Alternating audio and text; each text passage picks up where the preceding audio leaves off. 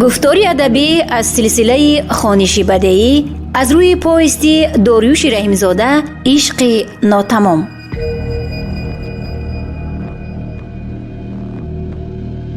قسم چهارم. شعر و عشق.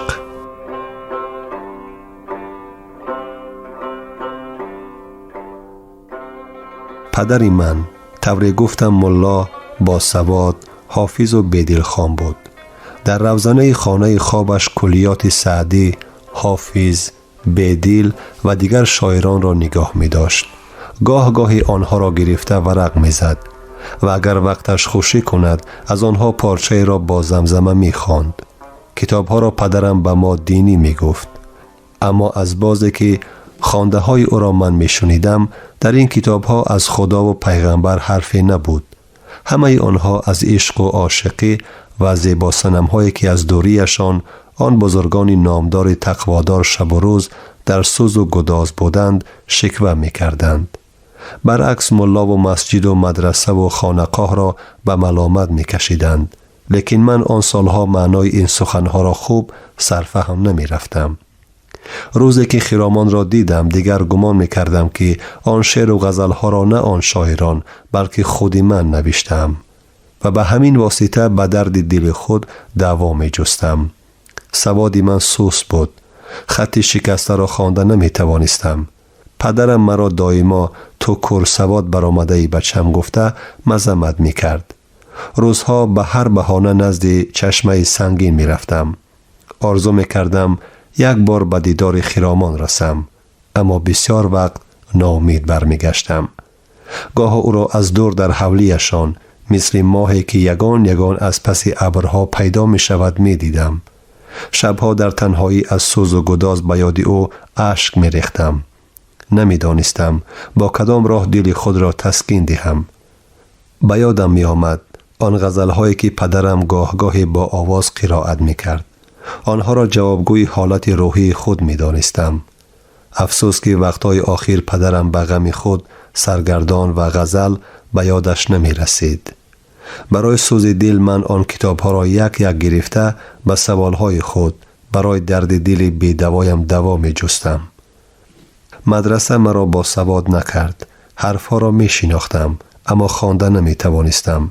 لیکن مکتب عشق خرامان آیسته آیسته مرا کتابخوان کرد. شم در گرانده تا صبح آن کتابها را اول حرفکی بعد با هجا و در مدت کوتاه یک لخت نه تنها می خواندگی بلکه آن غزلها را به زودی از یاد می کردگی شدم. اکنون معناهای مشکل فهمی آنان را با دل خود حس می کردم. می فهمیدم. گمان می کردم که پدر بیچاره‌ام برای ثواب دینی آن غزلها را قرائت می کرد. شاید معنی آنها را درست نمی فهمید، چون که هنگام قرائت او من نمی دیدم که چشمان پدرم نم گرفته باشند. اما من به آب دیده این غزلها را خوانده نمی توانستم. دلم به جمالت صفای ندارد، چو بیگانه کاشنایی ندارد گفته پیش چشمانی مرا اشک می گرفت و من به یاد جمال و زیبایی خرامان غوطه‌ور می گشتم. دل خود را با هستی آن پریرو تسکین می دادم و قسم می خوردم دست از طلب ندارم تا کام من براید، یا تن رسد به جانان یا جان ز تن براید. آن زمان سلفه پدرم اوج گرفته، غم بیماری او به مریضی شدید مبدل گشته بود. او می دید که من کتابخوان شدم، نهایت خرسند می شد. ساربان برکه یابی پسرم، خون ارثیت عاقبت غالب می آمده است. اولادان ما گذشتگان ما همه باسواد بودند. انا بین خودت هم خود به خود کتابخوان معنی فهم شده، غزلها را با 1000 زبان می خوانی. از من بهتر حافظ و سعدی را قرائت می کنی. پدر بیچاره‌ام از سیر باسوادی من به خبر بود.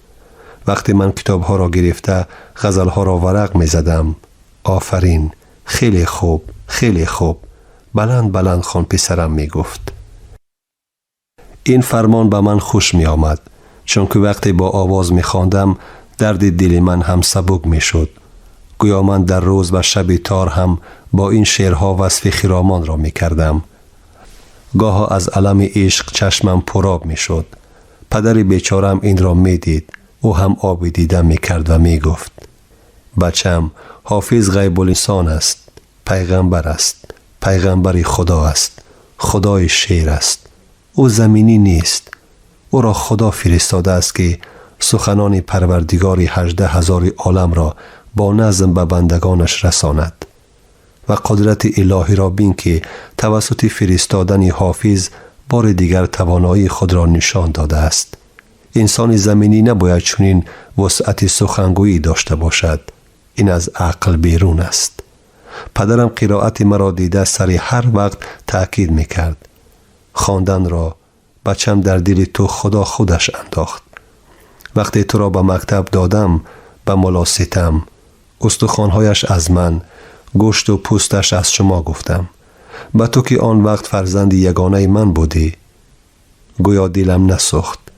ملا ستم دوزخی حتما جایش جهنم است. به تو هم رحم نمی کرد.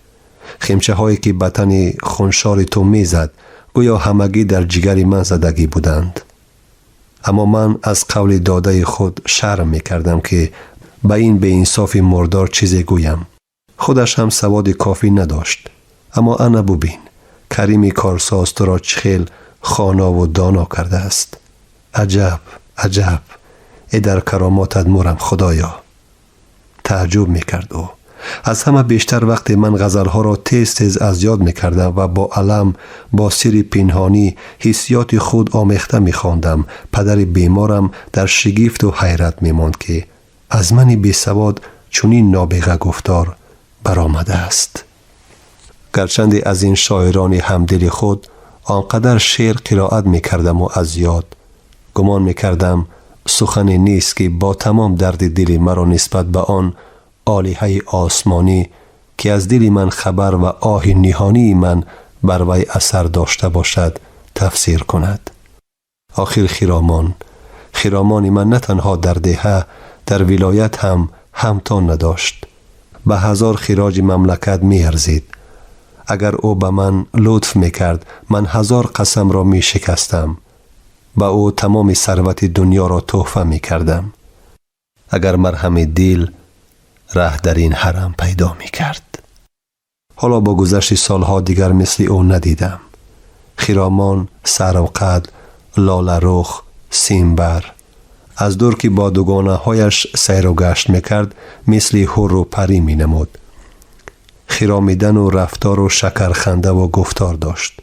چشمانش مثل آهوی رمیده و افسانگر، مرمیان، پیست دهان، ابرو کمان با صد ناز و کرشمه و افتخار بیباکانه به اطراف می نگریست و مخلصانش را مات و محبود می گرداند. گمان می کردی که یا کبک دری یا تزرویست میانی درختان گل صفت و چمن عنبربوی سیر می کند که همگی از زیبایی این حور سرخم و در خجالتند. هرچند کج نشینم و سخن را راست گویم، وصف قد و پیش چشم و ابروی او نتوانم گفتن. عاقبت جانم از محبت و دوستداری و سوز و فراق به لب آمد. خامه گرفتم و به آن طناز نامه نه از دوات بلکه با خون دل نوشتم. اما او با ناز و کرشمه از قاصدی بنده رو تافت و چون خبر بر من روشن گشت دو چشم مرا دو چشمه گرداند. با شراب حسن در سر دل کباب مرا در برم ساخت. آن زمان از آمد همان بالشوای دل مولا و بای از غم زرداب شد. شگناوی نامدار ما از این اوضاع استثنا نبود. هر یکی آنها به کوه و کمر با داد و وای در گریز شدند. احوال سلامتی پدر بخت برگشته من باز هم بدتر می شد. یک شب حالی او خیلی وزنین گشت. گمان کردم تا روز نمی پاید. در روشنایی خیره شم دو چشمش به من بود. نیمی شب با آواز نهایت ضعیف و خسته التجا کرد: بچم، کتاب قرآن را بگیر. حضرت یاسین را آهسته آهسته در نزد من قرائت کن. کتاب را گرفتم. آن را کشادم. نگاه کردم. خوانده نتوانستم. پدرم، بچم، آنجا من قلمی ماندم. تیز میابی گفت. البته آن را من یافتم، اما خوانده نتوانستم. قایل شدم. آتا جان، من قرآن را خوانده نمیتوانم گفتم. بهانه کردم که این خطی نستعلیق است. پدرم یک آهی وزنین کشید و گفت ملایی اولاد ما در سر تو تمام می شده است. اندک توقف کرد. به شیفت خانه نگاه کرده پرسید بدیل را خوانده می توانی؟ گفتم آره پدر جان، بدیل را قریب از یاد می دانم. میلش قرائت کن گفت. با جان و دل پدر جان گفتم. چون چندین غزل بدیل را که از یاد می دانستم آنها را به کتاب نیم نگاه هم نکرده با آواز بلند با سوز دل بیمار پدر که آن هم گمان می کردم مرگ تدریجی روزگار خانواده ما هم بود قرائت کردم.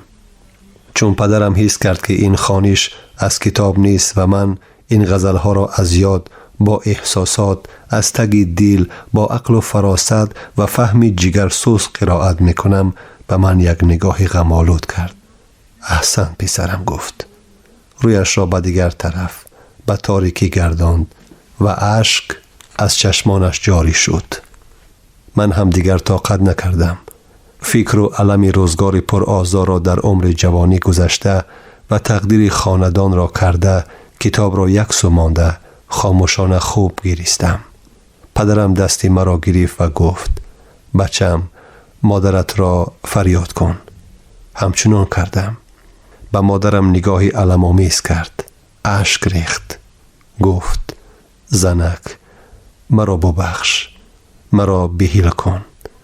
من تو را عذاب بسیار دادم. با من روزگار نیک ندیدی. مرا معذور دار. دولت و سولت دارم. فرزندها را جا بجا کن. ساربان بچه با عقل شده است. همش را می داند. در حجره بالا از دست چپ در ناجکی در چقوری یک وجب از نمد حق تو هست. بگیر، صرف کن، اما حالا نی. زمان ناتینج، بدتر. آچه مشتی پرم با گریه. مردک، من تو را 1000 بار بهیل کردم. تو هم مرا ببخش. در دلم تو را دعا می کردم. منی بیکس، روزگار نادیده، منی بی عقل. تو هم مرا بهیل کن. پدرم که نبکک اشکا را پاک کرده بود دوباره دیدگانش پرآب شدند. این دفعه زورش نرسید که چشمانش را پاک کند. جان داد. بعد از گور و چوبی پدرم مادرم به من گفت بچم خراجات مرده پدرت زیاد شد. آدمی با نان و نام بود. آن وصیتی کرده اش را سراغ کن. نیم شب با مادرم وارد حجره بالا شدیم. نمد را برداشته نیم قطع کردیم.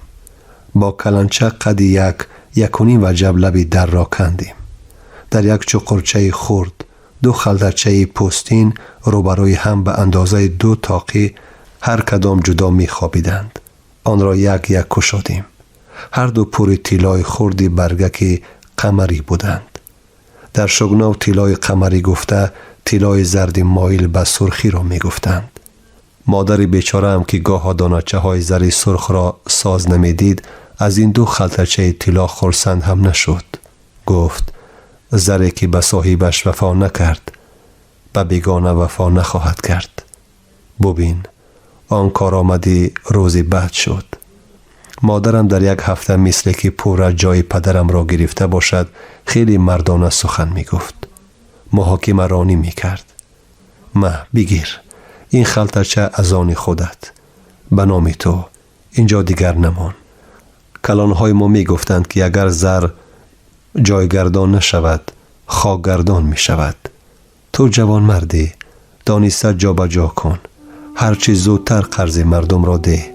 باقی در اندیشه زندگی خودت باش. من روزگار را سرانجام می کنم. خدا رحمتی پدرت جان کند اما به قدر زحمت راحت ندید. احتیاط باش. من می دانم که زر نه به تو فایده می آرد نه به ما. برای همین احتیاط باش. صبح شد. آوازه آمد که بالشوای به دهه زرکمر که از قشلاق ما همگی 2 فرسخ دورتر در تگ تیغه سری کوه جایگیر بود آمده رسیده است. با باسمچیان گیر و دار دارند. مردمان می گفتند که این باسمچی های بچه بازی غارتگر دل مردم بیچاره را رنجاندند، خلق را طلب و تاراج کردند. با نام خدا و رسول به غمزه و اصول مشغولند. غذا هم کنند، شکست می خورند. شما گفتاری ادبی را از سلسله خوانش بدیعی از روی پویستی داریوش رحیمزاده عشق ناتمام در قرائت دلشادی الصمد شنیدید. کارگردان خیرالله فتح‌الله، محرر عابدجان سیدزاده. انجام قسم 4.